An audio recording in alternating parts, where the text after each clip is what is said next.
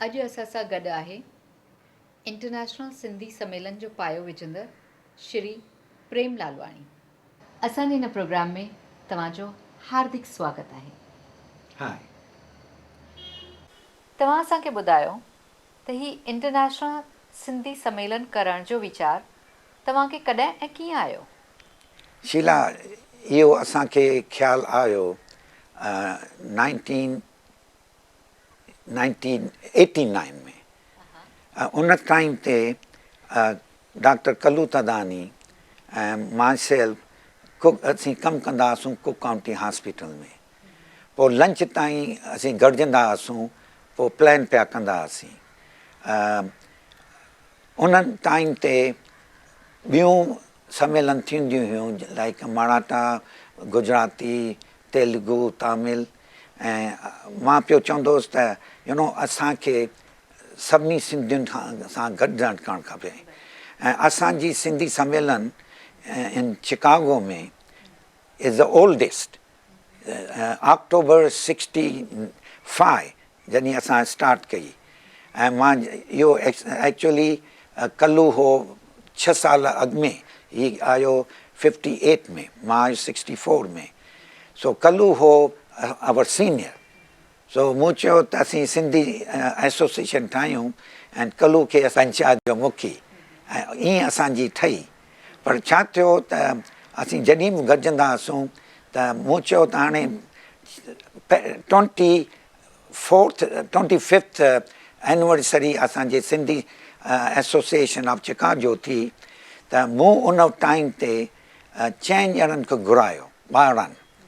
हिकिड़ो हो जज मोतीलाल बुटाणी, ॿियो हो डॉक्टर भगवान शाहानी, ऐं ॿियो 2 ॼणा, हिकु सिंधी हिंदू फ्रॉम पाकिस्तान, ॿियो पाकिस्तानी सिंधी।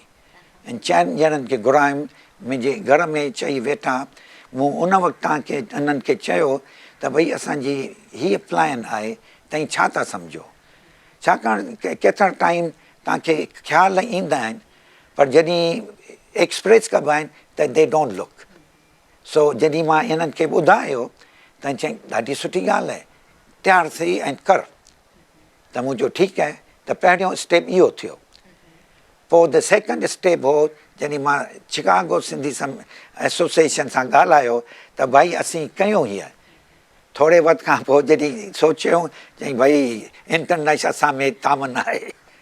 त पोइ असीं कल्लू, myself, we talk to other cities, ऐं वाशिंगटन DC चयो we are going to do it. So असां चयो सुठो। सो वी अनाउंस कई 1994। 2 महीननि खां असांखे कॉल कयूं त भई असां में अहिड़ी हिमत न आहे।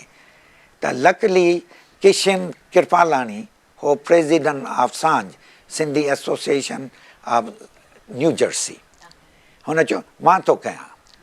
ऐं मूं चयो जेके न ईअं टाइम निकिरंदो वियो, 5 साल त निकिरी विया आहे, त कॾहिं न थींदो। वी हैड टू स्टार्ट। सो पहिरीं सम्मेलन 100-150 माण्हू आया। डॉक्टर भगवान Shahani was the chief guest, R.K. Advani was the chief guest, भगवान Shahani was the keynote speaker. ऐं 93 में श्रीचंद हिंदूजा गॾियो असांखे world's centenary of world's parliament in Chicago. त उन वक़्तु असां ॻाल्हायूं त चयो कल्लू, myself talk about it. ऐं श्रीचंद चयो अड़े इहा सुठी ॻाल्हि आहे, त मां तव्हांखे सपोर्ट कंदुसि। That was the last brick which was put on the plan, and 1994 we started. उन खां पोइ न्यूयॉर्क में कई। उते लाल मोटवाणी असांजो चेयरमैन हो ऑफ द सम्मेलन। त उन 550 माण्हू घुराया, ऐं दादा जयचंद पहिरियों ई दफ़ो उते आयो, ऐं उन खां पोइ ही अची न वियो आहे। सो दादा जयचंद आयो ऐं 500-550 माण्हू गॾिया।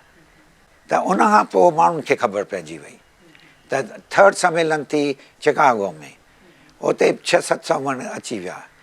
त उन बाय दैट टाइम इहो एॾो स्प्रेड थी वियो त असांजी टोरंटो में त 700 जी हाल हो। बाय अप्रैल त हाल भरिजी वियो। पोइ वरी माण्हू पिया फ़ोन कनि, असांजा सिंधी आहिनि न, पहिरीं त एयरलाइन जी टिकट वठंदा, पोइ रजिस्टर कंदा, त पोइ अची पैनिक थिया त अरे भई असांजी टिकट थी आहे, असांजी रजिस्टर कान थी थिए। सो असां छा कयो त 150 जी रूम हुई, उते टीवी रखीसीं। सो उनखे 150 माण्हुनि खे असां अकोमोडेट कयो। पर उनखां पोइ सभिनी माण्हू उते रजिस्टर कयो सैन फ्रांसिस्को जे लाइ। सो उते सैन फ्रांसिस्को में असांखे 2000 माण्हू अची विया। पर उनखां पोइ त सभिनी खे ख़बर पइजी वई। ऐं हींअर वेझराई में अहमदाबाद में असांजो 18 इंटरनेशनल सम्मेलन जो जेको थियो 16, 17, 18 डिसंबर, उनजी कामयाबीअ जे बारे में तव्हां असांखे ॿुधाईंदा? मां हीअं चवंदुसि त असां जूं अहमदाबाद खां बिफोर असांजो सम्मेलन थियूं आहिनि London, Bombay, Singapore, Barbados, Los Angeles ऐं इंडोनेशिया जकार्ता। त उहा असांजी 17वीं उते थी हुई। इहे सभई तमामु कामयाबु वियूं आहिनि, they are out of USA। So Ahmedabad wanted to do it, ॾाढो पिया चऊं सिंगापुर खां वठी। सो जकार्ता में असां उन्हनि खे बैनर ॾिनो त तव्हीं कयो इन अहमदाबाद। मां चवां थो त जंहिं उते सिंधु नगर सिंधु भवन ॾिठो आहे, उहो दुनिया जो वॾे में वॾो सिंधु भवन आहे। मां किथे बि वियो आहियां एतिरे हंधनि ते, पर अहिड़ो सिंधु भवन किथे न ॾिठो। सो उते कयोसीं 1000+ हुआ, पर नंबर वधी वियो त लास्ट 3 ॾींहंनि में अरेंज कयो कंहिं ॿिए वेन्यू ते, जिते असांखे 1200-1300 माण्हू अची सघिया। सो उहो जे कामयाबी उन्हनि जी अहिड़ी हुई त उते एतिरो खाधो हो, एतिरियूं इवेंट्स हुयूं त सभई तमामु ख़ुशि थी निकिता। ऐं हिते केॾियूं होटल्स हुयूं, हिननि जो अरेंजमेंट, टैक्सी, ट्रांसपोर्टेशन ऐं सभु कुझु तमामु सुठो हो। पर वॾी ॻाल्हि हुई त असांखे चीफ गेस्ट हो चीफ मिनिस्टर ऑफ गुजरात, ऐं असांखे LK आडवाणी बि आयो हो। सो असांजे सिंधियत जो उन्हनि ॾाढो एप्रिशिएट कयो त हाणे असांखे सिंधियुनि में केॾी बरकत अची वई आहे, त हींअर सिंधी रुगो स्मॉल न आहिनि पर इंटरनेशनल आहिनि। पर मां ऑल्सो बि चवंदुसि त जिते बि असांजी सम्मेलन थिए थी त माण्हू केतिरनि शहरनि मां था अचनि इंडिया जा, पर केतिरनि मुल्कनि मां बि था अचनि। हिन ताईं 50 खनि स्टेट्स ऐं कंट्रीज़ मां माण्हू आया आहिनि, डेलीगेट्स।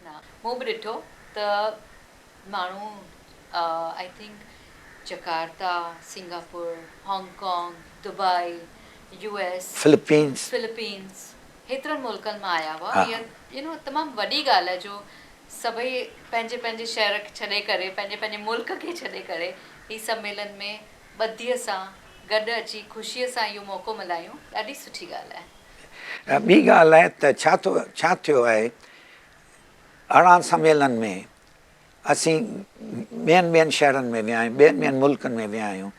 हिकिड़ी ॻाल्हि कॉमन आहे, सिंधी किथे बि वियो आहे सिंधी रहियो आहे।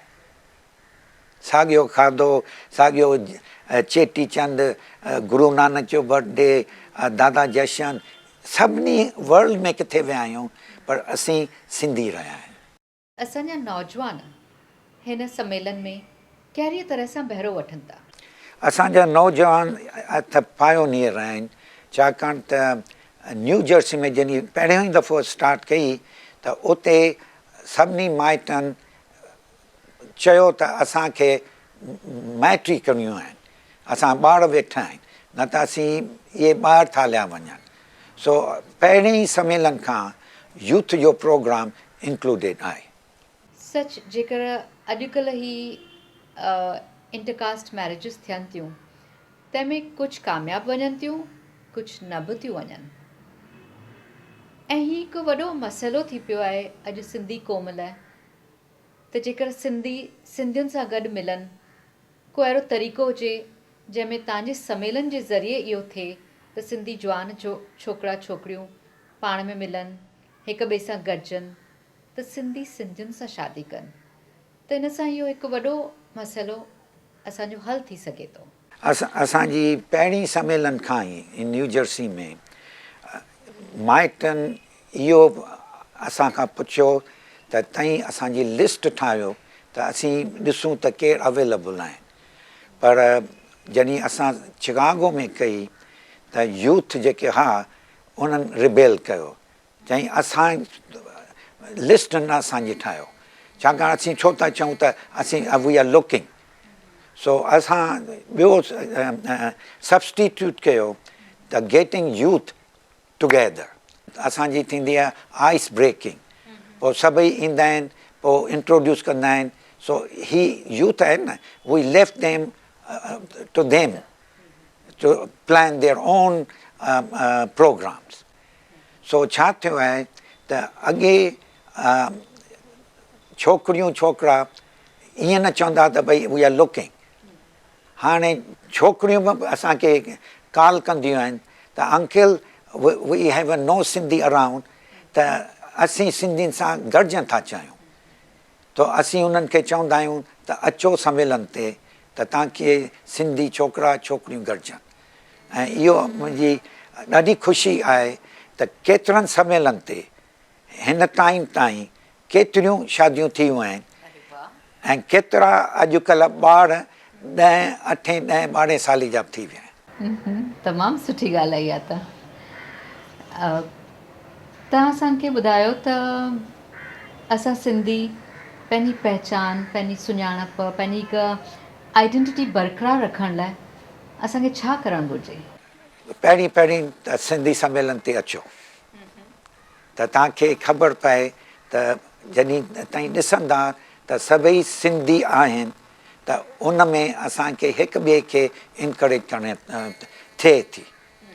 ऐं पहिरियों नंबर इहो। ॿियो त मां चवंदो आहियां त असांजो सिंधी कल्चर जेको आहे त उहो दुनिया में बेस्ट आहे, तमामु सुठो आहे। असांजा शास्त्र वेदास इंडस रिवर ते लिखिया विया आहिनि। त असांजो जेको मोहनजो दड़ो आहे 5000 सालनि खां, उहो ॾेखारे थो त असीं सिंधी किथां आया आहियूं। असां सिंधियुनि जो केॾो एंशियन कल्चर आहे ऐं असांजे सिंधी जी लैंग्वेज कहिड़ी सुठी आहे। ताईं शाह जा लतीफ़, सचल, उन्हनि जा जेका कलाम उहे त दुनिया में ॿिया किथे कान्हनि। शाह इक्वेट कयो आहे शेक्सपियर सां। सो असांखे ॾाढो कल्चर आहे ऐं असां इन जी वैल्यू न कई आहे।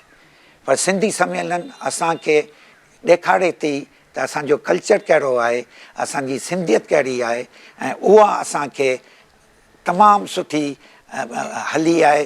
ऐं असांजा जेके बि यूथ अचनि था चवनि था असांखे खाधो बि सेखारियो, साई भाॼी, मानी and all. So they are connecting with the सिंधियत। त तव्हां असांखे ॿुधायो त तव्हांजो ईंदड़ सम्मेलन किथे थियण वारो आहे? असांजो ईंदड़ सम्मेलन थींदो झूलेलाल सम्मेलन ऑन द सी इन जुलाई 2012 असांजो सम्मेलन थींदो इन करीबियन में। असीं करीबियन आइलैंड्स में वेंदासीं। हिकु करीबियन आइलैंड में सिंधी आहे, न रुगो सिंधी आहे पर सिंधी एसोसिएशन आहे। सो असीं हिन ताईं वेंदासूं। मूंखे ऑलरेडी केतिरनि माण्हू चयो आहे त असीं उते हलंदासीं ऐं जिते बि असीं कैरिबियन ते लहंदासीं आइलैंड ते असीं कोशिशि कंदासूं त लोकल सिंधियुनि सां गॾिजंदासीं। अरे वाह! त दर्शको तयारु रहिजो, ईंदड़ साल असांखे हलणो आहे गॾिजी 19 इंटरनेशनल सिंधी सम्मेलन जे लाइ कैरिबियन क्रूज़ ते। त ॾिसंदा रहो असांजे सिंधी सम्मेलन जो वेबसाइट ऐं बिल्कुलु तयारु रहो शामिलु थियण लाइ। तव्हां हिते आया, तव्हां असांखे इंटरनेशनल सिंधी सम्मेलन जे बारे में हेतिरी ॼाण ॾिनी, तंहिंजे लाइ तव्हांजी महिरबानी। महिरबानी तव्हांजी। प्यारा साथियो, तव्हांखे ही इंटरव्यू वणियो न त पोइ हिन चैनल खे अॼु ई सब्सक्राइब कयो, ॿियनि खे ॿुधायो, शेयर करियो, जीअं घणे में घणा सिंधी हेरनि सुठनि प्रोग्रामनि जो लुत्फ़ माणे सघनि। जय झूलेलाल।